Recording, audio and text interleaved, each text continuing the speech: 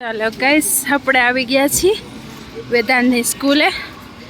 વાગી ગયા છે 12:05 થઈ ગઈ અને આપણે હવે સ્કૂલેથી લઈ આવી વેદાંતને.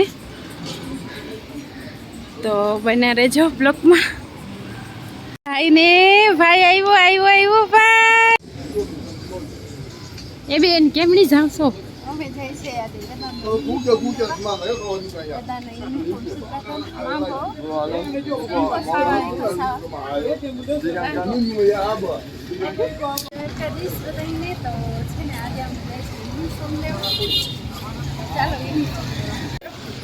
તમે શું લેવા જાવ છો?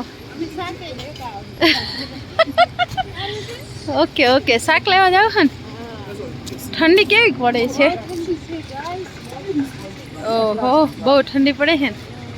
હાલો તો હવે જાય. હાલો, જય દ્વારકાધીશ બધાયને. તો જો આવી રીતના મેં તમને કીધું ને, આ ડીંડોરા અને બટેકા તરવાના છે. ઉવીરું મને કે જો બટેકા ને ડીંડોરા તરી અલગ રીતના આપણે શાક બનાવ્યા છે. દેખાડજો. હા, હવે હે કીધું જો તને નથી કીધું. આવી રીતના બધા તળી નાખવાના. બન્યા રહેજો બ્લોકમાં.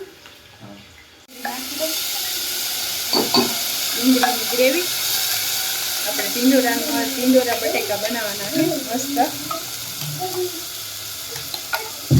ટીંડોરા બટેકા બનાવવાના છે. જો આવી રીતના પેલા લસણ નાખ્યું, તેલ પછી રાઈ જીરું પછી લસણ પછી હવે ડુંગળીને હવે એકદમ ખાતરવાના છે.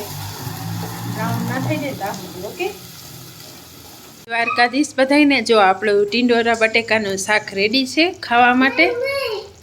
અને અહીંયા આપણે રોટલી થાય છે.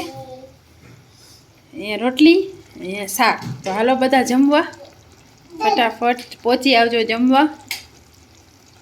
તો આ પૂજાબેન રોટલી કરે છે અને હું પકાવું છું. હવે તમે બધા એમ ના કહેતા કે સપનાબેન કંઈ કરતા નથી કા?